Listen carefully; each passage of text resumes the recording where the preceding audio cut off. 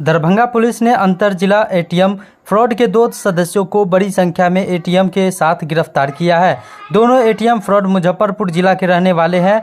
इनकी पहचान मुजफ्फरपुर जिला के मीनापुर थाना क्षेत्र के मधुबनी काशी के पप्पू यादव व औराई थाना क्षेत्र के बथुआ गांव के रहने वाले आदित्य कुमार उर्फ गोलू के रूप में हुई है। वरीय पुलिस अधीक्षक अवकाश कुमार ने बताया कि उन्हें सूचना मिली थी कि एटीएम फ्रॉड गिरोह के सदस्य जिला में सक्रिय है। उन्होंने बताया कि सिटी एसपी सागर कुमार के नेतृत्व में एक टीम का गठन किया गया था, जिस टीम में सदर एसडीपीओ अमित कुमार, लहरियासराय थाना अध्यक्ष कुमार कीर्ति, पुलिस अवर निरीक्षक लवली कुमारी, अमित कुमारी, अर्चना सिंह, टेक्निकल सेल के रामबाबू राय शामिल किए गए थे।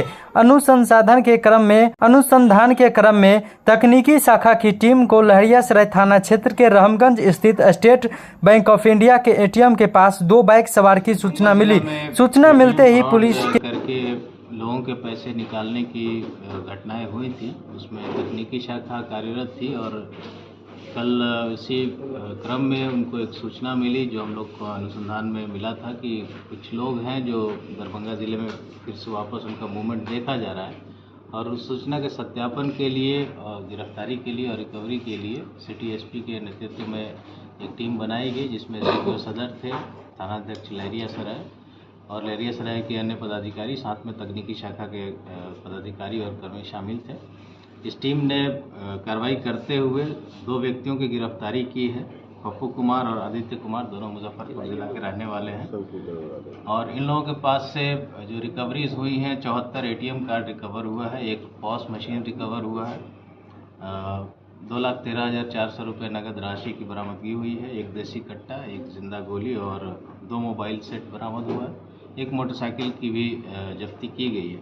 इन लोगों से पूछताछ की गई है, जिसमें हमें संभावना है कि और भी केसेस न सिर्फ दरभंगा ज़िला के बल्कि बिहार के अन्य ज़िलों में भी घटित हुई घटनाओं के उद्भेदन में हम लोगों को मदद मिलेगी।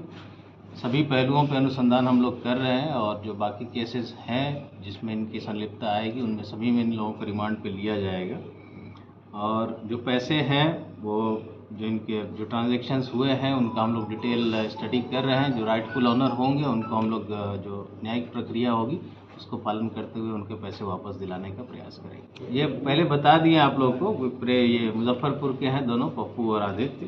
इन लोगों के पास से 74 एटीएम कार्ड, एक पीओएस मशीन है, 2,13,400 रुपये नगद राशि है, एक 2 मोबाइल है, एक देसी कट्टा, गोली और एक मोटरसाइकिल की रिकवरी। ये किसी सक्रिय गिरोह के सदस्य हैं या पुराने लोग हैं?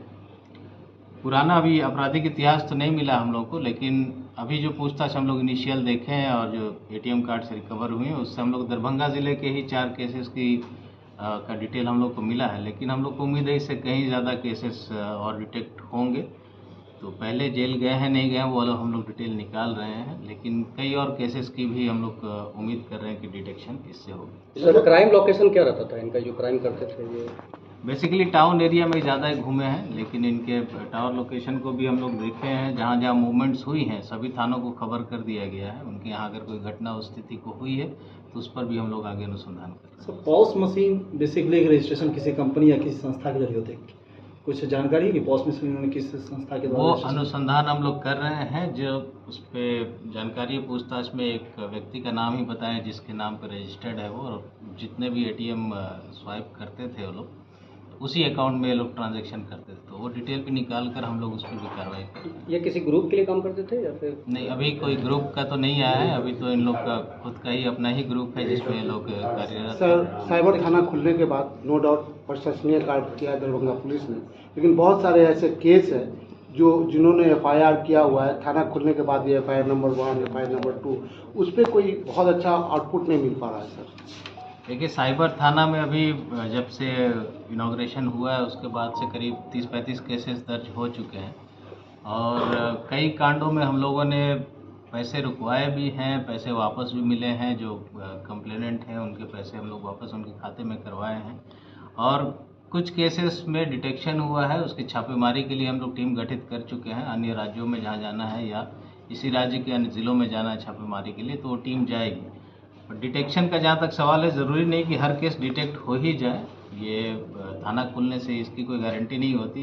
वहाँ जो पदाधिकारी हैं वो कैसा काम कर रहे हैं उस पर उसका असर पड़ता है। और हमारी जो टीम अभी साइबर थाने में है, हम लोग को पूरा कॉन्फिडेंस है उन लोगों पे और अच्छा काम कर रहे हैं वो लोग। कुछ डिटेक्शन में कमी है, जो धीमी गति है उसको हम लोग तेज़ी ला रहे हैं और धीरे धीरे जैसे वो लोग भी दक्ष होंगे इस अनुसंधान में तो और भी रिकवरीज भी होंगी, अरेस्टिंग्स भी होंगी।